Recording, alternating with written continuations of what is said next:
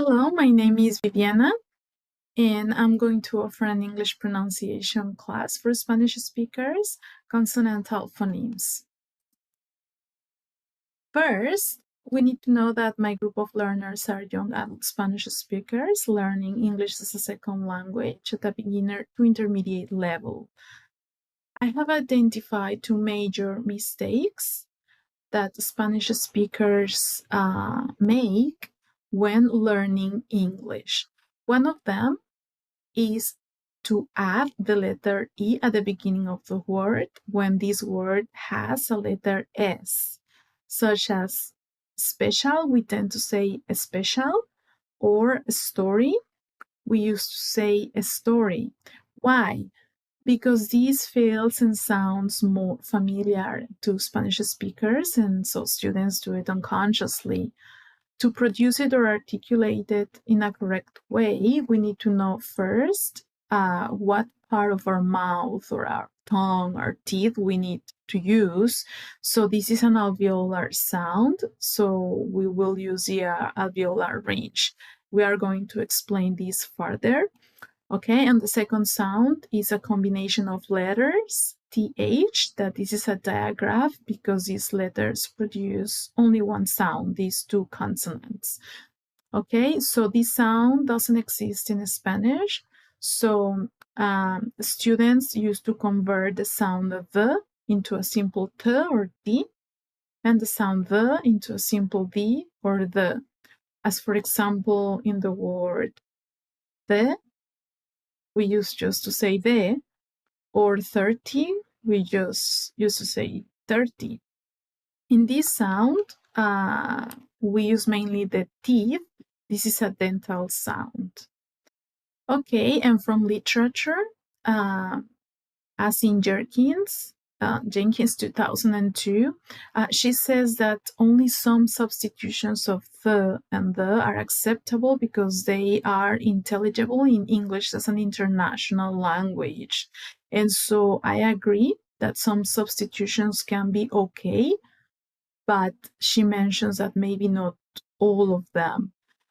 So I think it's important to really learn all the sounds, as this is a controversial sound. That's why I chose it. Other maybe researchers like Sharifan 2009 says that English as an international language paradigm still is not clear because we use English mainly in terms of communicative competence.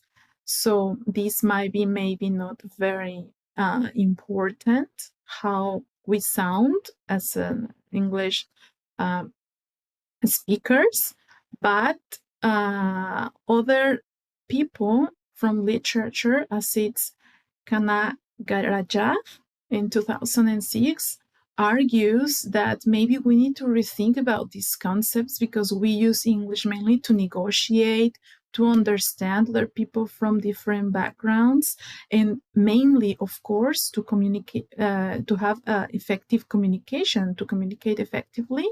And maybe the purpose for us could be to study or to work. Okay, so the first need, I'm going to go with the activities here.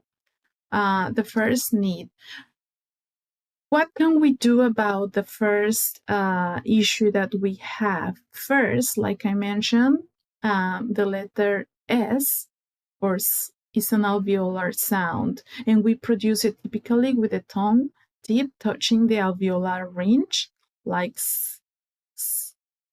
Okay, so for this case, we have a tongue twister activity that the students will gradually increase the speed as much as they can. First, we will start slow, as it is. Scissor, sizzle, thistle, sizzle. 7 sleek, slimy snakes slowly sliding southward.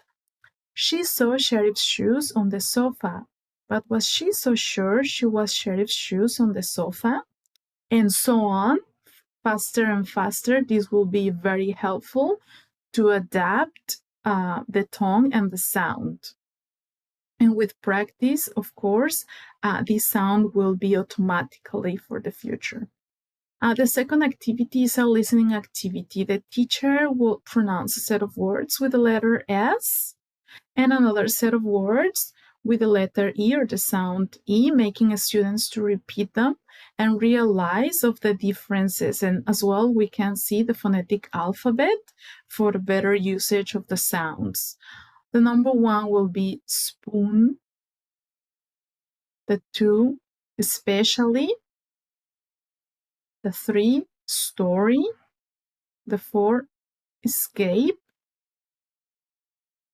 the 5, special, the 6, estimate, and so on. And for the second need, how can we improve this pronunciation? Okay, as I mentioned, this combination of letters is a dental sound. The tongue tip makes light contact with the back of the top front teeth.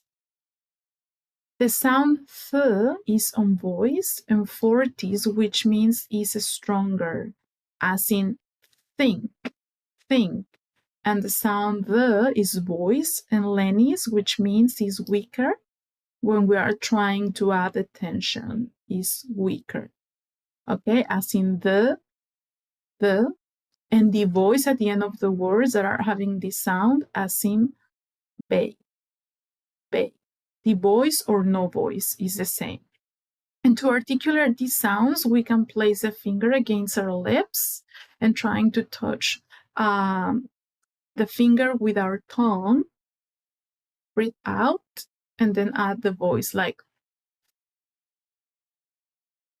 and the. This could be a simple exercise for the students, as well as a second minimal pair activity. This sound is already a minimal pair, so we can add this also activity as well with the phonetic alphabet.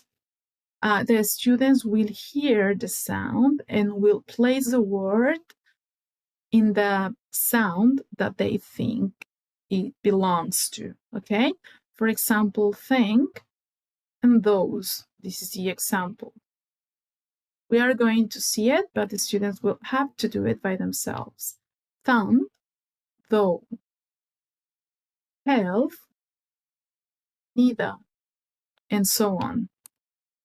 And this activity, it's called word search. Greet.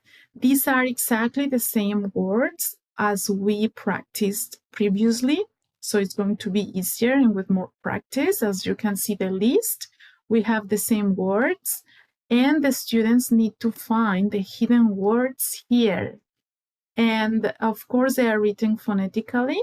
So we practice more pronunciation. And the words may be horizontally, vertically, diagonally, or in reverse. We are going to see these words for our reference only, but the students will have to do it by themselves. Okay? Thank, length, those, and so on. So this activity is related to the other one, as we have the same set of words. I hope that you like my presentation and have a good day. Bye-bye.